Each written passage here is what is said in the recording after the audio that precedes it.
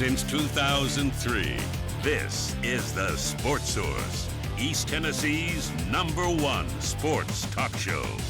Presented by Junk Be Gone, Phoenix Conversions. With your host, John Pennington. The Sports Source starts now.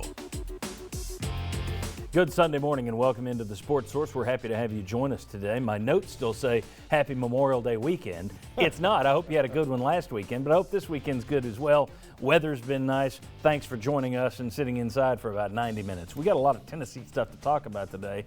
Let's show you what's on today's show. First of all, unexpected changes for football. I've read something interesting this week that has me thinking about are there things that will be tweaked at UT this season that people aren't thinking about, behind the scenes stuff? We'll debate that, some of the things that are thrown out.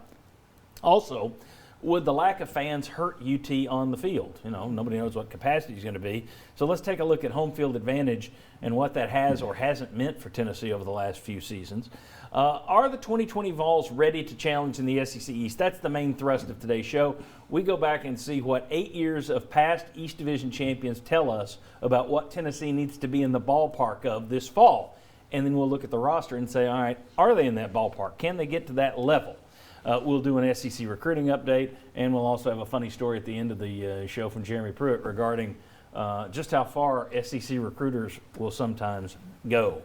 All right, first segment of our program is brought to you by Phoenix Conversions. For 30-plus years, the team to turn to when it comes to upgrading and customizing your truck, van, or SUV is Phoenix Conversions. Whether it's your company's work fleet or just a personal upgrade, check with these folks first, phoenixconversions.com. They are open. Drop by and see them. They're also on Facebook.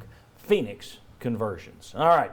Let's welcome in the first two members of today's panel. We have right here Bob Hodge, longtime sports writer in this town, of course, longtime member of the Sports Source. Usually to my right, now in these days, a little further to my right. Keep in many moving ways. That way. In many ways.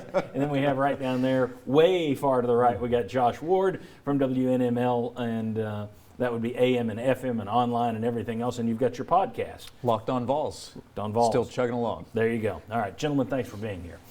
This week, the Boston Globe spoke to some doctors, some social distancing experts, NFL person, behind-the-scenes management type, about changes that we might not be thinking about regarding football due to this COVID situation. I wanted to run through a couple of these to get their takes and to let you know what's out there, because some of these I really hadn't thought about.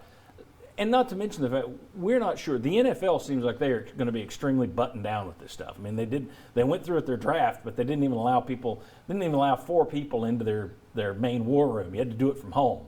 So they seem like they're going to be buttoned down. Whether or not the SEC is this buttoned down, I don't know. Is it going to be school to school? How buttoned down will Tennessee be? Don't know, but still thought this might be interesting before we get into all the UT East Division stuff. All right, one thing they mentioned. You know, the pros are actually looking at putting masking, like a surgical mask material, in the face mask of players. Okay, that's a small change. May look weird on TV, but if they can do it, that makes sense. Wouldn't you agree? Mm-hmm. Okay. Don't have a problem with that. Yeah, that kind of thing makes sense. Yeah, we're getting more used to it, right? So 3 months ago it wouldn't have, now it does. Yeah, okay. Now, fewer full team meetings. And this is one that may impact Tennessee if you're still trying to do the social distancing thing. That is, you got to have an auditorium that's big enough to put 100 guys. In the NFL, they're saying they don't have auditoriums this big for 50 guys. College, you're talking about 85 scholarship, more than that, walk on. 100 guys in a room spread out. You know, typically everybody gets together for that first session to watch the game tape. Yeah, you have speakers come in for the team? Speakers, yes, team speakers. So that may be a change. Thoughts on that? Well, when you get down to getting that granular with these things, I come back to, if you're going to play football, you're going to have to practice. If you're going to practice, your players are going to be together. So together, whoops, now it's a meeting, can't be together.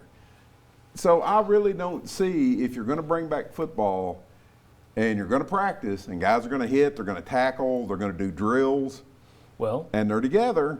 Okay, that's one of the things that was brought up, is how do you practice? Is it now smaller groups practicing together rather than big full-scale sessions. That it's this group Yeah. over here, to where if there's an exposure, it's only these 10 guys. Okay, first team defense, second team offense, there's 22. First team offense, second team defense, there's 22. So we're up to 44. Now we're going to work on our special teams. I just don't see how, if you're going to practice and play football, you can keep people apart like that. We had talked earlier in the week about the huddle. Well, maybe you don't huddle. Well, let's get to that. Yeah. Okay, and as I said, okay, if you're not going to huddle, but you're going to tackle. Yeah, what I was You're going gonna to make recover. these more ridiculous as we went along, but let's jump right into it. The end thing was there are people that said less huddling. So you're going to have more no-huddle offense because if you think about it, only the linemen are really face-to-face with an opponent all day. Skill position players, there's not a great chance of getting the virus being – but huddling, where you're all in a circle and somebody's barking, they're thinking that is a better chance, so less huddling is a possibility. Obviously, Bob thinks that's ridiculous. Josh. Well, if you're a no huddle up tempo fan, then you're thinking, hey, maybe my team can take a big step forward if they haven't been doing that. Georgia fans have been a little concerned that they've been behind in the times. Maybe this will help them speed things up. You're forced into the no huddle future. But I do wonder, though, I agree with you that once you are testing these guys and they're in the arena, okay, then just if you can't play without huddling, I mean without not huddling, then you can't play. Right. If you're testing them, I understand. Like, cafeteria is going to be a room. We jumped over this one, but cafeteria, full team meetings. You know, they used to do the night before a game, take it to a movie. That's probably not going to happen. Full cafeteria. Do you eat in shifts? Okay, that's away from the field. I can see that. I can even see the team meetings in the. But once you're in the stadium, and we've can you said not have pile-ups at the end of plays when a player's taken down on It's a like I tackle? told John, only one person from each team is a designated fumble recoverer. So when somebody fumbles, only one guy from each team can go after it. So know where he is on the defensive side. If he's not close, you can be a little looser with the football. right, carry like a loaf of bread. Yeah. But I mean, do you agree that? Once you're out there, it's go time. Yes. If you've agreed that they can play, and you know how the sport works, and you know that it's going to be a number of players. I mean, so you can't line up along the line of scrimmage. You can't blitz people. So once you're out there, I mean, what's the difference of huddle? Well, I mean, think of the team sideline meetings, I mean, as that, well. That makes sense as a concern because that's not on the field, that's away from it. Maybe you're talking more position group meetings than full 100-man meetings. But on the field, if you say, let's play football, then I would say you play football. Once you enter the arena, I think Yeah. either it's safe enough to play or it's not. And if you're telling me, well, we've still got to do, then it's not safe enough to play. Yeah, It can't be Exactly. safe enough to kind of play. Yeah, but you mentioned sideline.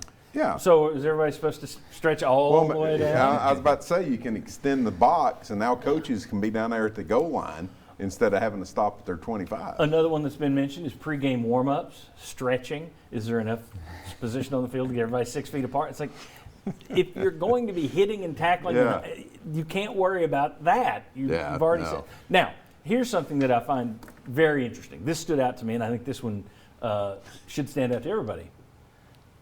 We've all heard about guys who went out there, oh, he was sick as a dog and he played. That can go away, and I don't have a problem with it. But you think about it, if they're going to be taking people's temperatures before they get in, which I think is smart, okay, that's a clear sign.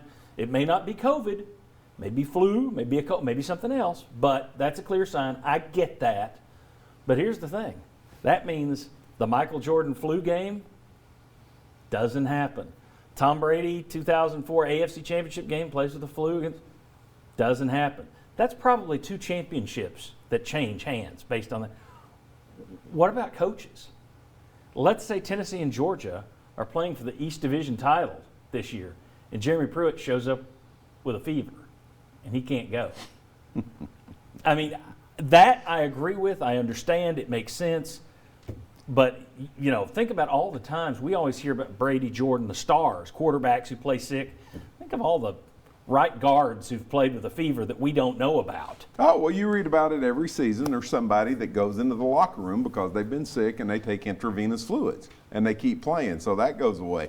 And then during the I think they called it Deflategate, weren't there 2 different gauges for the footballs? Yes.